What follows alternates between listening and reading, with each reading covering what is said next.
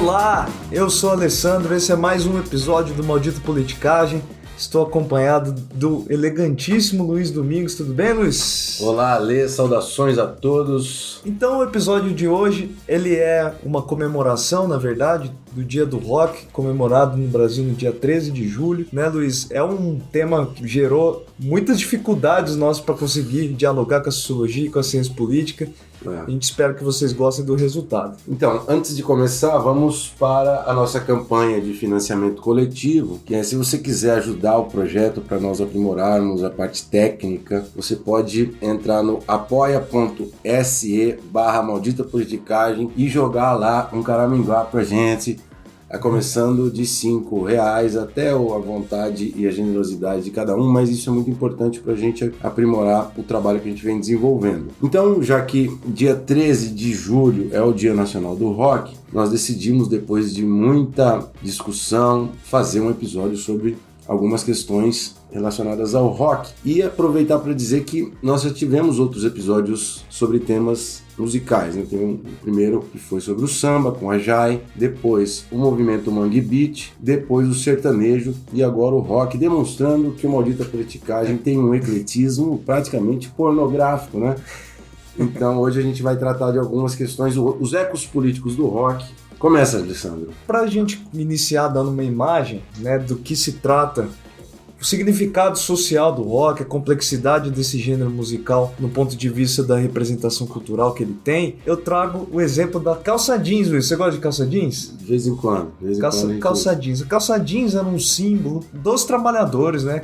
Tanto que não é agradável, né? Eu duvido que alguém goste de calça jeans para os seus momentos de conforto. Calça jeans era um símbolo trabalhador, né? Uma calça resistente, que depois dos anos 50, 60, 70 passou a ser uma peça obrigatória no armário de todos. A calça jeans tem a ver com o nosso episódio, né? A gente vai deixar para curiosidade dos nossos ouvintes aí. Isso, a gente vai discutir um pouco os usos sociais da moda, se é que é possível falar assim, exatamente. Né? Então, no primeiro bloco, dessa vez a gente vai fazer, como é uma análise histórica muito alongada, a gente fez um episódio com um desenho um pouco diferente. No primeiro bloco a gente vai tratar da ascensão do rock como gênero musical, como sua representação social e política, e no segundo bloco o declínio do rock, os motivos que levam ao declínio do rock. Nesse momento muitos já estão com raiva ou com amores em relação a isso, né? Mas continue com a gente.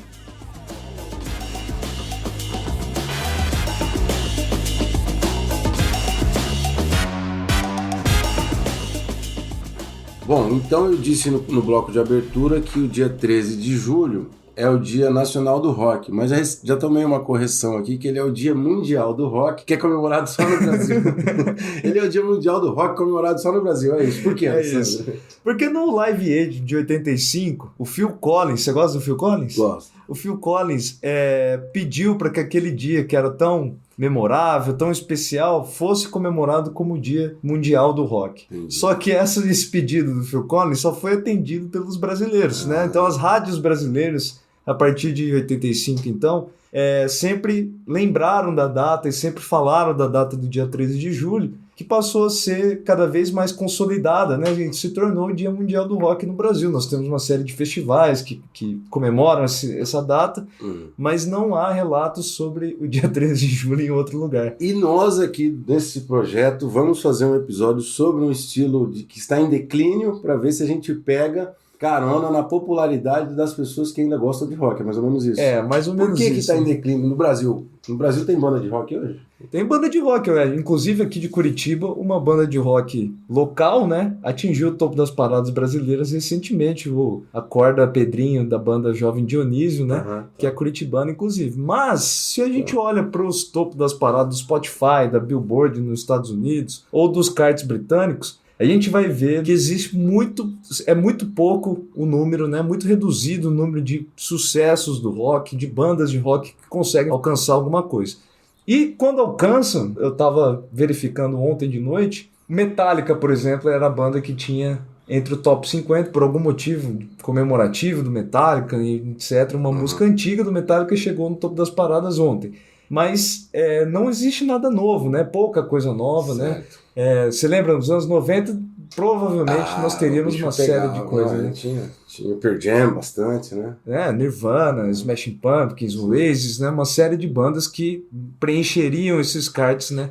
Que hoje não existe mais. Parte do objetivo do episódio é entender a ascensão, o auge e esse declínio, mas então não vamos adiantar. Vale uma palavra sobre as origens, né? Tem gente que diz que o rei do rock é o Elvis, o pai do rock é o Chuck Berry, mas isso tudo é mais propaganda do que de fato, né? Porque eu gosto da ideia do Flávio Barbone de que o rock não tem pai, né? Porque ele é uma confluência de estilos, ou é uma orgia, como diz o próprio Flávio, uma orgia de muitos estilos e, portanto, não tem pai, do hillbilly, do blues, do soul, do gospel, né? O fato é que essa origem do blues, a história do blues e do jazz, essa história ela é muito poética, né? A decorrência da escravidão, os negros cantando blues, depois a chegada dos instrumentos da Guerra Civil Americana, né?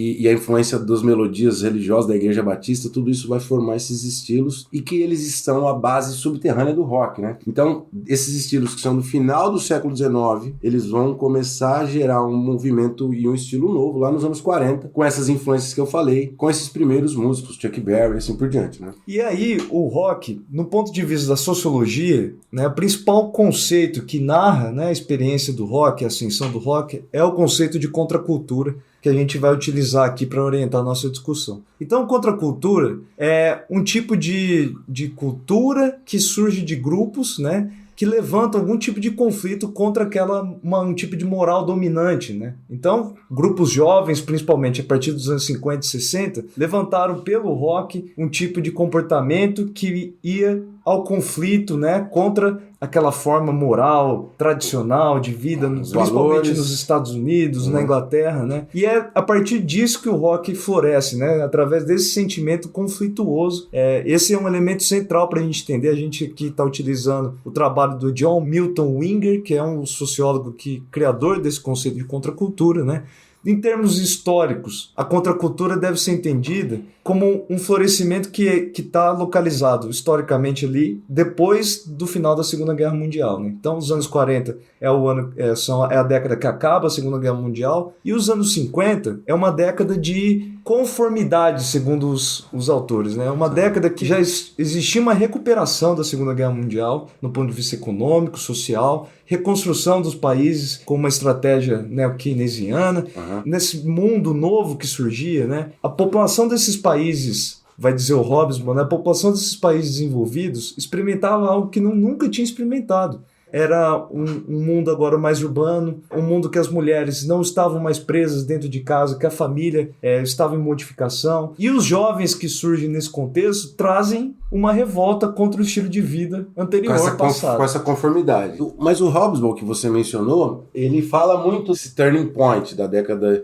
de 50 para a década de 60, né? De que, por exemplo, para metade da humanidade a Idade Média tinha acabado nos anos 50. Qual que é esse turning point dos 50 para os 60? Vou trazer um exemplo seu. Vamos supor que você está em Querência do Norte. Grande Querência. E você dorme e acorda no centro de Curitiba, sabe? Sim. É mais ou menos isso que ele quer dizer, assim. Essa é a mudança. A mudança. Ele diz, inclusive, né, eu fiz uma piada levando em conta uma piada que ele traz, que é se um cara fosse preso em 1950 e ficasse 5 anos preso naquele período, na hora que ele saísse da cadeia, ele veria um mundo completamente diferente. Porque é um mundo em várias transições, né? Urbanização. O único país na década de 50 que já tinha maioria urbana era a Inglaterra. Os Estados Unidos estavam ainda terminando o seu processo de transição. Alemanha, França, todos eles estavam ainda em transição. A educação passou a ser mais universal a partir dos anos 50. As mulheres, como eu já disse. Então ali tem uma grande mudança. E nesse período também, vai dizer o Hobsbawm, né, a cultura do pós-60, ela é a vitória da individualidade sobre a sociedade. Esse é o ponto central da nossa discussão aqui. Okay. Os anos 50, então, os anos da conformidade, uma década ainda de transição, né, social, cultural, a própria arte, né, a coisa do Frank Sinatra, né, dos filmes, dos filmes românticos, né, que ainda dominavam, né, os Estados Unidos, por exemplo, eles passam a ser completamente descartados pela geração posterior. Então, quando o rock surge, a geração de 60 traz uma série de rebeldias, que é essa coisa da contracultura, uma série de reivindicações, de mudanças de estilo, de comportamento, que está junto com essas bandas de rock como símbolos dessa geração. Certo. Há duas reações a essa mudança de atitude dos jovens, essa rebeldia, a esse manifesto contracultural. A reação conservadora, que diz que o rock é a destruição da sociedade, né? Que o rock é o colapso moral da própria sociedade. E a crítica da extrema esquerda dizia que isso era um sintoma de um mal-estar mais profundo e que, portanto, não era onde que tinha que se olhar. Você tinha que olhar para a luta de classes, né? Seriam essas duas críticas. Eu acho que uma extrema esquerda, no momento, ainda vinculava o rock e todo esse movimento cultural como algo da indústria cultural, aquela visão que já existia desde os anos 40, como algo manipulado pela indústria, né? E nos Estados Unidos era muito forte a reação conservadora ao rock, né? Nos anos 60 e 50, os líderes do Partido Republicano, por exemplo, diziam que aquilo era um declínio moral e estético, né? Porque o rock é muito diferente do Frank Sinatra, né? Você ouviu, sei lá, nos anos 60 ali, ouviu Jefferson Airplane ou Black Sabbath e comparar com o Frank Sinatra é uma ruptura gigantesca, ligeiramente diferente, né? Então o declínio estético, no ponto de vista dos conservadores, é um declínio moral, porque o rock ele traz a bandeira da liberdade sexual, da liberdade de comportamento, mudanças na forma de vestimenta, uso de drogas como uma das bandeiras também, fim da guerra do Vietnã, que era uma bandeira republicana. A crítica ao estilo de vida americano, né? Isso. Então, todas essas bandeiras vão na direção da contracultura norte-americana, nesse caso. Então, no ponto de vista político, o rock se associou majoritariamente a uma esquerda. Embora não exista uma vinculação partidária, não tenha um posicionamento de apoio explícito a um governante ou algum partido político, né? Sim. Então nunca houve a partidarização das bandas como recentemente a gente vê, as pessoas tentam fazer essa associação. Isso nunca existiu. Porque, na verdade, não era nenhuma despolitização das bandas. Era porque a sociedade não era tão partidarizada ou radicalmente partidarizada como hoje nos Estados Unidos, como quando aqui teve no Brasil o show do Roger Waters, que você tinha a briga dos bolsonaristas contra a esquerda. Isso nunca existiu, o que não significa que o rock não tenha os seus ecos políticos, como nós vamos... Exatamente. Quando a gente fala do rock como política, nós estamos falando mais no ponto de vista de valores, de comportamento, etc. É igual com o sertanejo, né? Sim. Dizer que o sertanejo é bolsonarista não está correto, como a gente tentou ressaltar naquele momento.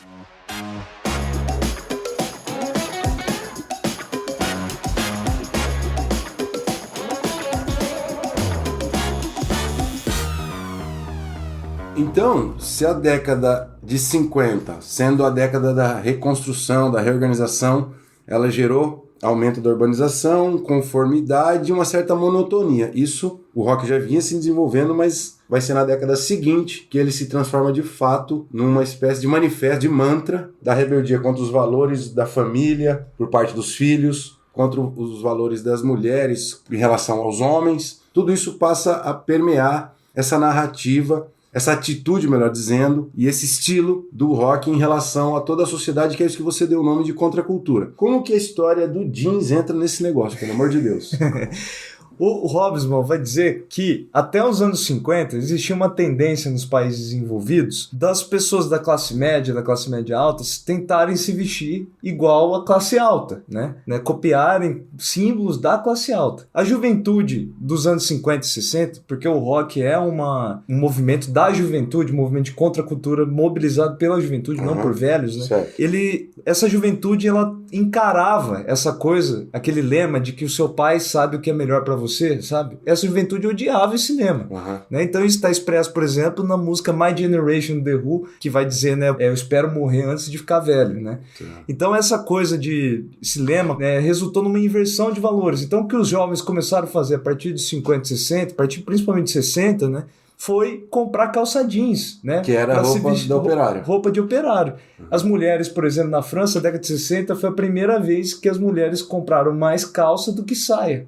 Esse é um dado que o Hobsbawm traz. Interessante. A gente tinha, né, planejado ter vários cortes de música, pedaços de música, mas isso não foi possível por causa dos direitos autorais que devem ser respeitados, né? Certo. Então, vamos citar o nome das músicas, depois vocês vão aí, ou liguem já o Led Zeppelin no fundo aí para vocês já entrarem na nossa discussão. Por exemplo, o Led Zeppelin é uma das muitas bandas que tematizaram o sexo, né? Sim. Algo que não existia praticamente, era uma coisa muito, né, tratar sobre o tema do amor era mais presente, mas agora essa nova geração trazia a liberdade sexual como uma das bandeiras. A música Whole Lotta Love, grande música do Led Zeppelin, é uma dessas, né? Sim. Uso de drogas, por exemplo, eu trouxe o exemplo de Heroin do Velvet Underground. Mas tem outras. Mas tem milhares de exemplos, né, que tematizam o uso das drogas, né? O Woodstock é um exemplo disso. Sátira com os valores religiosos também estavam presentes, principalmente no Black Sabbath. O Black Sabbath foi um monte de jovens ali, né, liderado pelo Ozzy Osbourne, de Birmingham,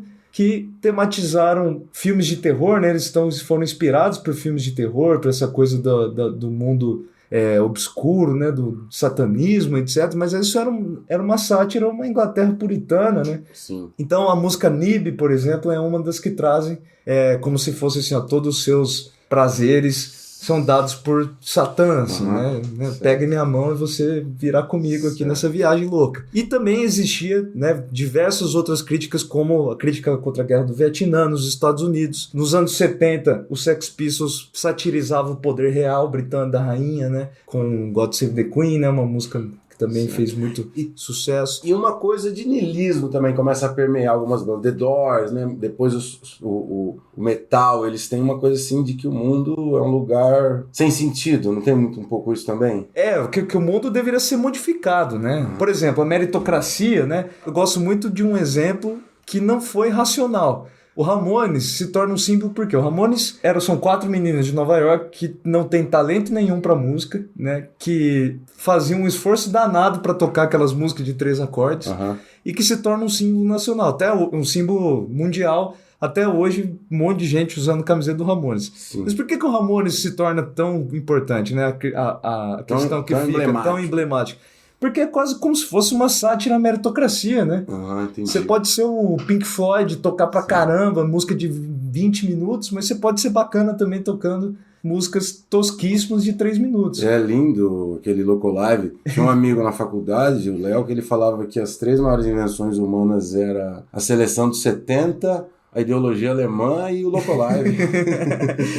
Então veja, o argumento que, né, principal é que essa geração queria ter uma ruptura com os valores comportamentais dos seus pais, né? Certo. Então, outro grupo, né, Janis Joplin e a Grace Slick, por exemplo, do Jefferson Airplane, 2 mulheres, né?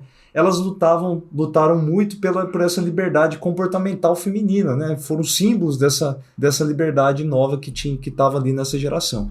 E aquela coisa da fórmula da revista Rolling Stone que introduziu crítico de álbum de rock ou críticos de shows. Eu sempre impliquei muito com esse estilo de escrita desses críticos que falavam assim... Críticos de música. Críticos de música, né? Foi Deus que tocou ele naquele momento e aquilo gerou um transe na guitarra dele. Então, assim, aquela coisa muito eloquente. Um riff com tons de Jimi Hendrix, né? E toques angelicais. Sempre tem esse estilo de escrita. Assim, não, isso já entrando na parte do declínio, né? Vai dizer os autores que a gente consultou, né? Que a Rolling Stone, né? A revista norte-americana, ela inaugurou um jeito de olhar para a música diferente, né? Ao invés das pessoas ouvirem as músicas, né, da forma, né, colocar no seu computador, colocar ali no toca-disco e ouvir a música e ver se você gosta ou não, as pessoas passam a olhar a avaliação antes para depois confirmar que gostam daquilo, né? Sim. Então, vão dizer que nos anos 60, esses autores vão ressaltar ali que não existia essa figura desse cara que avalia a música. Isso foi introduzido pela Rolling Stone, essa revista, e depois todos os jornais foram obrigados pela essa ascensão do rock, né, como algo do rock e dos outros gêneros também, foram obrigados a contratar esse jornalista que é específico, que fazem esses comentários, como você disse. Certo. E no final das contas, o declínio começa, então, se a gente puder já falar disso, nos anos 2000, no final de 90, sobretudo do ponto de vista da hegemonia de mercado, né, que eles cedem o lugar para artistas de hip hop ou de pop, em parte então porque o recado já tinha sido cumprido. Seria isso? A grande explicação então do rock é que ele ganhou força como um movimento de contracultura, que com reivindicações políticas, sociais, né, comportamentais dessa geração dos anos 60 e 70. A partir do momento que a gente olha a evolução do mundo ocidental, dos valores principalmente, né, do comportamento, nós vemos que todas essas reivindicações foram, de alguma forma, introduzidas na sociedade. Né? Então, aquela pasta, aquelas reivindicações que eles traziam, elas são esvaziadas, né, no mundo atual, desde uns 30 anos para cá, né? Então, o que a gente vê, a perda do rock como esse mainstream simbólico que narra a voz de uma geração, né, um eco, assim, né? Ele acaba sendo substituído por outros gêneros, porque novas gerações surgem com demandas diferentes e que não são mais acopladas para aquelas bandas, para aqueles ícones do rock. Sim, né? Entendi, perfeito. Uma pergunta ao integrante do Kiss, Gene Simons, perguntaram para ele por que o rock morreu. E ele falou que o rock morreu por causa da pirataria, que as pessoas não dão dinheiro, etc. Bom, é uma explicação frajuta do Gene Simons, na verdade, né? Sim. A gente está tentando dar uma explicação melhor para isso, né? Porque o rock deixou de ser o gênero mandante, então, sintetizando, na verdade, ele deixou de ser o gênero mandante porque ele era ancorado na contracultura, só que ele se tornou cultura. Sim, perfeito. Ele se tornou o mainstream. A ideia da liberdade individual, né, da autonomia em relação à família, tudo isso, aquela geração dos 60 e 70 de classe média transformaram isso no seu estilo de vida nos anos 90 em diante. Isso, a calça jeans está no armário de todo mundo, né? Não tem mais o que reivindicar em relação àquelas pautas dos anos 60. Certo. E o cenário atual? O rock é de direita, de esquerda? Vale essa pergunta? Essa pergunta é uma pergunta chifrinho também. Eu acho que, bom, no Brasil, muitos... O rock virou careta e de direita ou não é verdade? Muitos roqueiros no Brasil dão letra para isso, né? Então nós temos o exemplo do Lobão, do Roger, do Traje a Rigor, do Eric Clapton na Inglaterra, que são pessoas que recentemente têm se tornado vozes da direita, né? Mas eu acho que vem um pouco disso, assim, né? Então existe também o movimento punk de direita, que é muito forte em alguns países, né? Sim. Porque são movimentos de contracultura também, né? Contra o que está dominante hoje são uma espécie de libertarismo do ser humano, do individualismo, etc. Talvez o que esses grupos demandem são o inverso, né? Por isso que eles ganham força. São contra o globalismo, então são a favor de um comunitarismo nacional e assim por diante. Agora eu acho que não tem como, assim como no sertanejo, não tem como classificar o gênero como um todo, né? Existem, a maioria dos artistas do rock ainda são à esquerda do espectro político. Mas o Alessandro é um rocker otimista, vocês perceberam. Mas eu gostaria mesmo de que muitos dos ouvintes que eu sei que escutam rock pra caramba e manjam, poderiam escrever pra gente nas redes sociais, no Twitter ou no Instagram do Maldita Politicagem, com essas histórias curiosas a respeito dessas inclinações à direita, das letras à esquerda, dessa ou daquela banda ao longo do tempo. Eu queria falar só em relação ao Brasil, Luiz, já que a gente está falando do rock. Veja como é interessante, né? Sintetizando tudo isso que nós temos falado. Ele ganha força, ele ganha ar quando uma geração se levanta contra aquilo que tá estabelecido. E no Brasil, a geração de rock que teve mais destaque cultural, mais impacto cultural, social, foi justamente aquela dos anos 80, que, né, final dos anos 70 e anos 80 da ditadura militar. Que reivindicaram uma sociedade livre, uma sociedade igualitária, uma sociedade de distribuição. Perfeito. É como se os ecos tivessem chegado mais tarde no Brasil, né? Certo, entendi.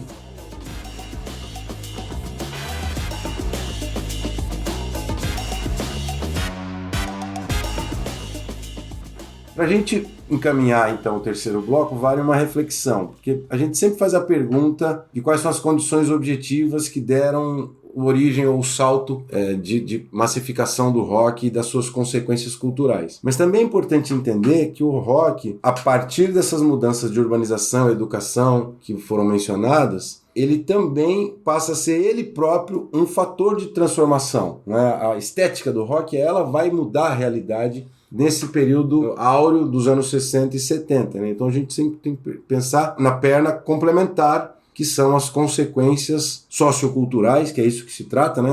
O rock nunca definiu a pauta da esquerda para a direita, mas ele definiu, geracionalmente, uma transformação cultural tremenda. Isso, os autores são relativamente consensuais em falar isso. E, Alessandro, a pergunta que a gente tem que sempre encarar, você sabe, não vai ser se o rock é maldito ou bendito, que seria risível perguntar isso para você, mas a pergunta que eu queria que você encarasse é: a ausência de grandes ídolos do rock, esses ídolos de atitude, isso é maldito ou é bendito? Eu acho que é um processo longo que nós vivemos, né? O rock, ele narra o início da vitória do individualismo sobre as instituições, né? Sobre esse sentimento conjunto.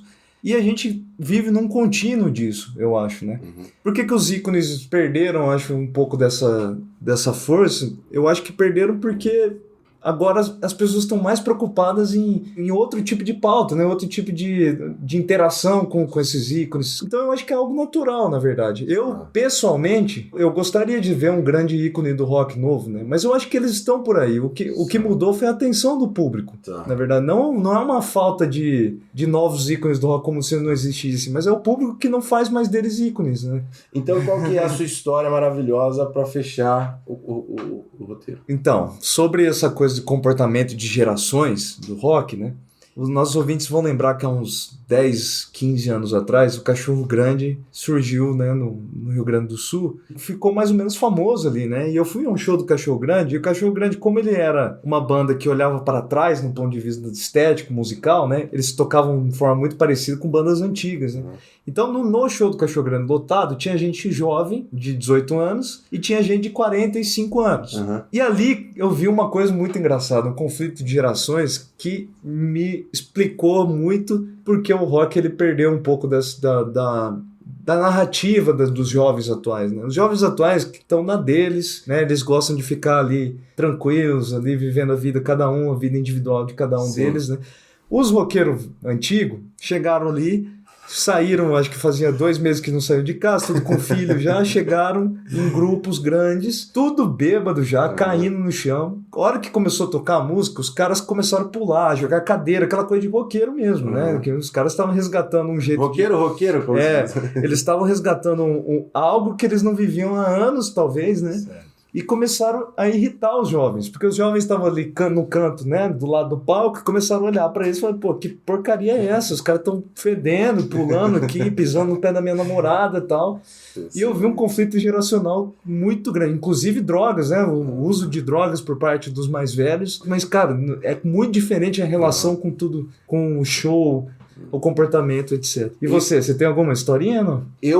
Quando eu estava em algum momento da universidade, eu fui no Fórum Social Mundial em Porto Alegre, lá no começo do século XXI, e teve um show do Dead Kennedys, que foi assim, eles super fizeram uma abordagem política que pegava a bandeira da Palestina e o caralho a 4. E aí, recentemente, nessa história aí de bolsonarismo versus petismo, teve uma produtora que fez um cartaz pro show de uma turnê deles, com uma crítica ao Bolsonaro. Eles bundearam da turnê, eles abriram mão da turnê para não fazer mais a turnê. Então, para fugir de polêmica. Para fugir de polêmica. Então, passados aí quase 20 anos daquela ocasião, eles estão completamente apartados dessa vontade de contestação de uma parte da sociedade que lá atrás era ouvinte da banda deles, né? Pois é, imaginem também os integrantes do Dead Kennedys com 25 anos, agora eles estão em 50 anos e eles falam: pô, eu vou lá pro Brasil, eu acho que eu não quero entrar nessa, né? Pô, são boas histórias esse episódio, né? Eu acho que vale mesmo, porque esse tema é inerentemente interminável e o episódio vai ficar incompleto. Então, quando vocês discordarem ou quiserem complementar, vão lá no @mpoliticagem no Twitter ou Maldita Politicagem no Instagram e senta o dedo lá no que vocês acharam do episódio. A gente pediu o apoio no início, mas é claro, né? A gente queria agradecer a audiência de todos. Obviamente que se vocês não puderem ajudar, ajude da forma que vocês puderem, né? Com a audiência, com o compartilhamento nas redes sociais. Nós estamos no Twitter, no Instagram. Escrevendo pra gente. Escreve pra gente. Os comentários pararam. A audiência aumentou e os comentários... Tá mais parado que água de poço. Ficaram parados, né? Mandem mensagem pra gente. A gente às vezes demora para responder, mas nós adoramos ouvir a resposta de vocês, ouvir a opinião de vocês sobre todos os assuntos aqui. É isso. Um abração a todos. Valeu. Um abraço. O Maldita Politicagem tem produção e o roteiro de Luiz Domingos Costa e Alessandro Tokumoto, design e edição de áudio de Fábio Tokumoto.